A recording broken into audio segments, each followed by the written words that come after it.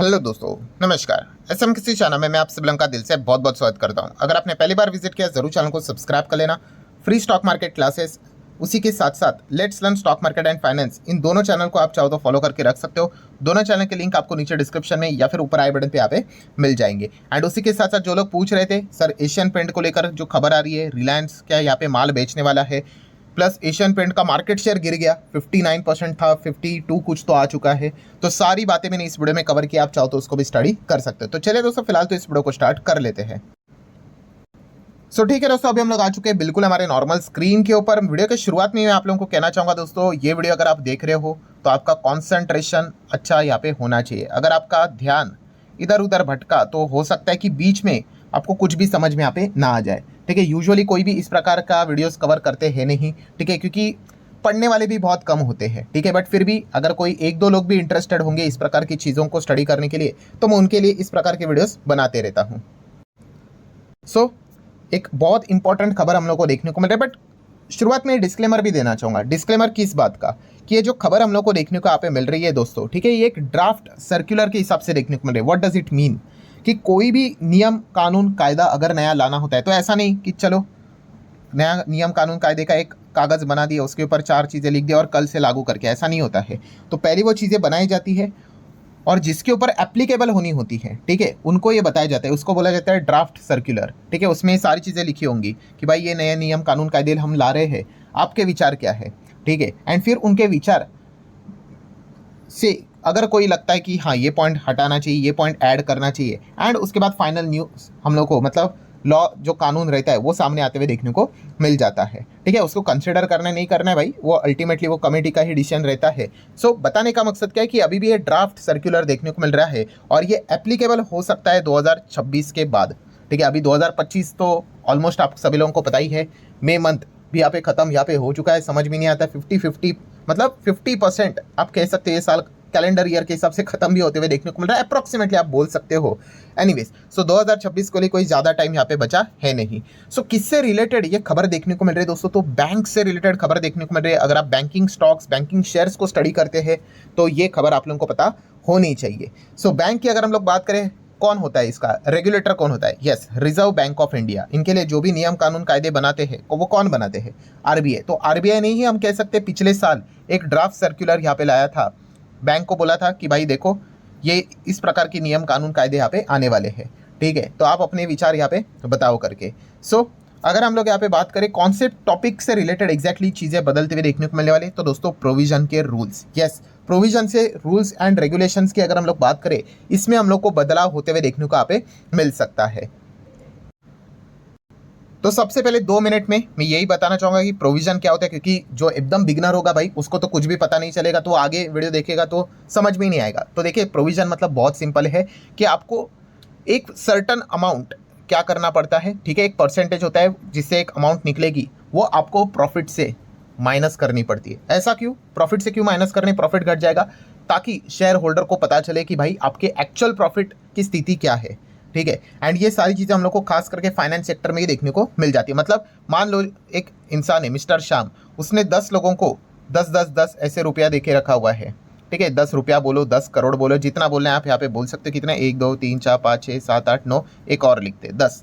ठीक है, अभी कितना दिया है टोटल? श्याम ने 100 रुपया देके रखा हुआ है, 100 करोड़ देके रखा हुआ है, 10-10 लोगों को लोन देके रखा है। ठीक है, एंड जब वापस आएगा तो 11-11-11 के हिसाब से यहाँ पे आ जाएगा। ठीक है, तो आप अंदाज़ा लगा सकते हो कि हर एक के पीछे 1-1 करोड़ का प्रॉफिट हम लोग को देखने को यहाँ पे मिल रहा है। ठीक है, अब हुआ क्या दोस्तों कि इसमें से 3 लोग, ठीक है 3 लोग यहाँ पे आप कह सकते 2 लोग भाग गए और एक की डेथ हो गई, कि या फिर कोई पैसा यहाँ पे नहीं दे रहा है। ठीक है, मतलब क्या है दोस्तों कि ये जो पैसा दिया था क्या ये वापस आने वाला है? नहीं आने वाला है। कुछ भाग गए, कुछ मिल ही नहीं रहे हैं। ठीक है, बाकी लोग देंगे इसी उम्मीद में यहाँ पे है। तो शेयर होल्डर को बताना पड़ेगा कि नहीं भाई ये 3 जो है, ठीक है, उनसे तो पैसा आने वाला है नहीं करके। ठीक है, तो उसी को आप कह सकते हैं, थोड़ा आसान भाषा में कह रहा हूँ कि प्रोविजन बोलते हैं कि भाई आप ये जो पैसा है इसको भूल जाओ। ठीक है, ये पैसा यहाँ पे नहीं आएगा और उस वक्त के प्रॉफिट से क्या करना पड़ता है, उसको माइनस करना पड़ता है। अभी पता नहीं भाई कि भविष्य में कोई चमत्कार हो जाए, कोई लॉस में था वो वापस आ जाए, एक कोई इंसान और बोल दे कि ले लो भाई 10 रुपया जो तुमने दिया था, 10 करोड़ दिया था, ये लो। तो ऐसा होने के चांसेस काफ़ी कम होते हैं। बट यस, इससे क्या हो जाता है दोस्तों, करंट पोजीशन पता चलती है कि कितना पैसा एक्चुअल में यहाँ पे मतलब आने वाला है। एंड एक्चुअल में प्रॉफिट कितना है करके, ठीक है। वरना एकदम से अचानक से आप बोल दोगे 5 साल के बाद, अच्छा सर जी आपने मिस्टर श्याम आपने जो 100 करोड़ दिए थे 10 लोगों को, क्या हो गया? आप अचानक से बोल रहे हैं अरे सर 90 लोग भाग गए करके, शायद से आ गया तो दोस्त भाई आपको तो झटका ही लग जाएगा। तो इसीलिए वो कंपनी का शेयर ऐसे ही गिर जाएगा। तो इसीलिए ये सारे रूल्स बैंक्स के लिए बना के रखे हुए हैं कि प्रॉपरली टाइम टू टाइम आपको क्या करना पड़ता है, प्रोविजन यहाँ पे करना पड़ता है। अच्छा कोई बाद में आया, बाद में उसने पैसा दिया तो क्या करेंगे, रिवर्स भी कर देंगे, प्रॉफिट में ऐड भी कर देंगे, ऐसा भी होता है। बट काफ़ी रेयर सर्कमस्टेंसेस में आपको ऐसी चीज़ें देखने को मिल जाती है, ज़्यादा आपको चूना लगाने वाले मिल जाएंगे। सो इसी को क्या बोलते हैं, प्रोविजन। एंड इसी को लेकर नए नियम कानून कायदे एक हम लोग को आते हुए देखने को मिलने वाले हैं। सो किससे रिलेटेड प्रोविजन की बात यहाँ पे हो रही है? क्या पूरा सब कुछ जो बैंक लोन देते हैं सबके लिए नियम बदलेंगे? नहीं।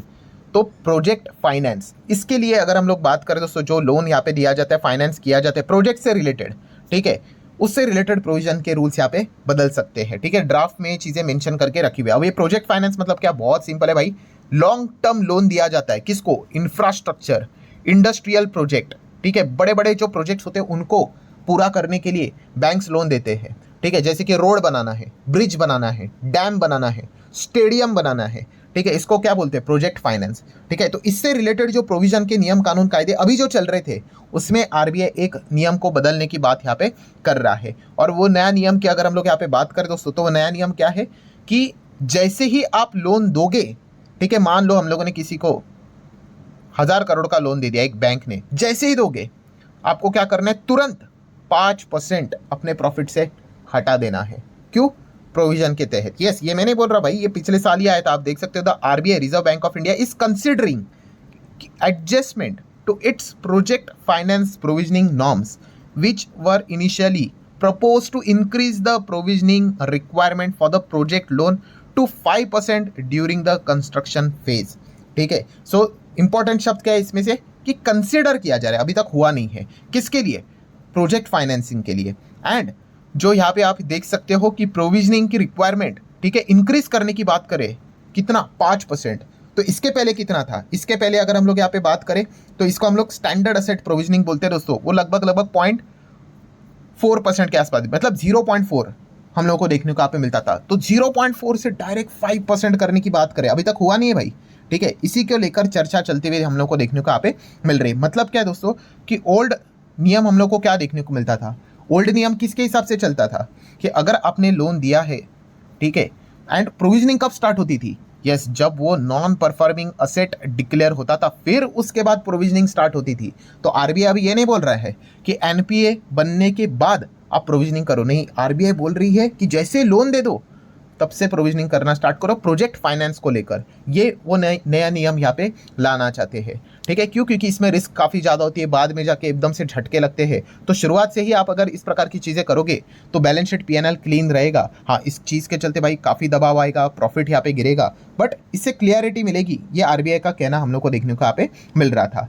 तो जैसे कि अभी मैंने आपको बताया कि जो पुराने रूल्स हम लोग को देखने को मिलते थे, पुराने रूल क्या थे, मैं टेबल आपको दिखाना चाहूँगा। ये देखो कि यहाँ पे हम लोग को पुराने नियम्स देखने को मिलते थे। स्टैंडर्ड सेट हुआ करता था बिफोर एनपीए, मतलब एनपीए होने से पहले ही अगर आप लोन देते हो, ये देखो एग्रीकल्चर को देखते हो तो आपको कितना प्रोविजनिंग करना पड़ रहा है, 0.25%। जितना दिया है उसने से 0.25% कैलकुलेट करो, जितना भी अमाउंट आ रहा है चलो हटा दो प्रॉफिट से, ठीक है। ऐसे बहुत सारे आपको अलग अलग कैटेगरीज मिलेंगे। तो लोन टाइप में आप देख सकते हैं अदर में क्या आता था, 0.40, जो अभी मैंने आपको बताया था ना 0.40%, ठीक है। ये हम लोगों को पुराना देखने को मिलता था। अब आरबीआई का ये कहना है कि अगर आप प्रोजेक्ट फाइनेंसिंग कर रहे हो तो यहाँ पे 0.40 नहीं, यहाँ पे 5% आपने यहाँ पे करना चाहिए प्रोविजनिंग, वो भी बिफोर एनपीए। उन्होंने कोई डिफॉल्ट नहीं किया उससे पहले ही, ठीक है। एनपीए मतलब क्या कि 90 दिन तक अगर पैसा नहीं आया है, ठीक है, 30 90 दिन हो गए, 3 महीने हो गए, फिर आप प्रोविजनिंग स्टार्ट कर दो। बट नहीं, अभी वो बोल रहे जैसे लोन दोगे बिफोर एनपीए ही करना, यहाँ पे स्टार्ट कर दो,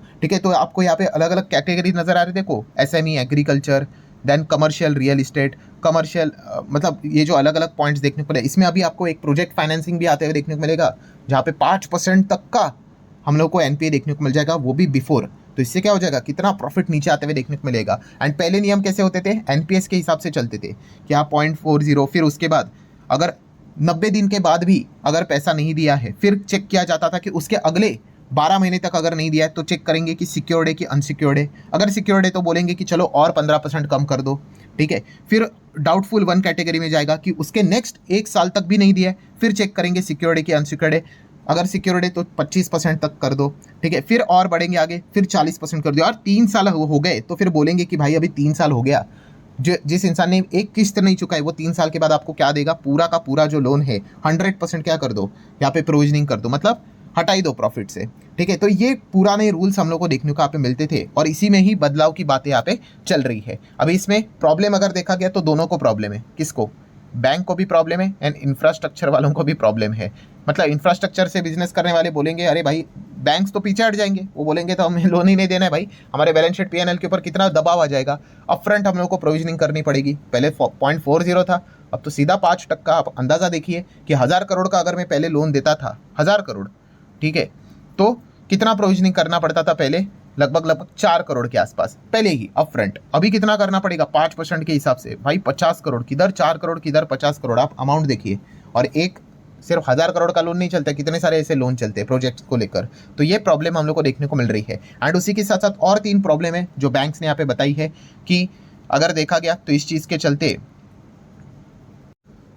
जो ग्रोथ हम लोग को देखने को मिल रही थी, ठीक है, जहाँ पे भी रेस्ट्रिक्शन आ गया ग्रोथ को हैम्पर तो होगा ही होगा, छोटा मोटा कुछ तो होगा, देन लोन देना मुश्किल हो जाएगा भाई, ठीक है। एंड क्यों? क्योंकि क्रेडिट कॉस्ट हम लोग को बढ़ते हुए देखने को यहाँ पे मिल जाएगी, ठीक है। क्रेडिट कॉस्ट की अगर हम लोग यहाँ पे बात करें, क्रेडिट कॉस्ट मतलब क्या है कि आपने जो सामने वाले को पैसा दिया है, ठीक है, तो उसमें भी क्या होता है दोस्तों कि आपने मान लो सामने वाले को 100 करोड़ दिए हैं, ठीक है, तो वापस थोड़ी ना 100 करोड़ आएंगे, इंटरेस्ट भी चाहिए। मान लो 20 का इंटरेस्ट रहेगा, ठीक है, सो ये 100 हो गया, 20 हो गया। एंड अगर वो सामने वाले, ठीक है, अगर पैसा भी नहीं देते हैं तो भाई पैसा वसूल करने के लिए रिकवरी होती है कि नहीं, तो उसके लिए भी जो पैसा लगता है, तो ये सारी चीज़ें हम लोग को महंगी होते हुए देखने को मिलेगी। क्रेडिट कॉस्ट बढ़ते हुए देखने को मिलेगा, 1% तक भी बढ़ सकता है, इसका डर बैंक्स को देखने को मिल रहा है। मतलब क्या है, पीएनएल बैलेंस शीट के ऊपर इसका इम्पैक्ट नेगेटिवली पकड़ेगा। एंड इसीलिए दोनों अगर देखा गया, बैंक्स की बात कर ले, इंफ्रास्ट्रक्चर वाले कंपनीज की बात करें, हर कोई इसको विरोध करते हुए देखने को यहाँ पे मिल रहा है। यस, तो किसी की ओर से देखने को नहीं मिल रहा है। सो अभी आज के दिन की लेटेस्ट खबर क्या देखने को मिल रही है, ठीक है, ये तो सारी चीज़ें हम लोग को पुराने वक्त में देखने को यहाँ पे मिल रही थी, इसलिए मैंने उसका कॉन्टेक्स्ट आपको दिया कि आज की खबर समझ में आनी चाहिए।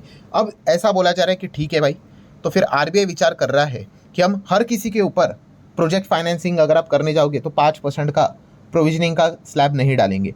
हम क्या करेंगे, रिस्क असेसमेंट करेंगे। किसका? कि आप कौन से प्रोजेक्ट को फाइनेंस कर रहे हो, वो प्रोजेक्ट में कितना ज़्यादा रिस्क है, उस हिसाब से आपको क्या करना पड़ेगा, प्रोविजनिंग यहाँ पे करना पड़ेगा। मतलब कि पहले हर एक प्रोजेक्ट के लिए वो कोई रिस्क नहीं देख रहे थे। किसी भी प्रोजेक्ट में अगर आप फाइनेंस करते थे, लोन देते थे, सीधा 5% का प्रोविजनिंग अपफ्रंट आपको करना पड़ता था।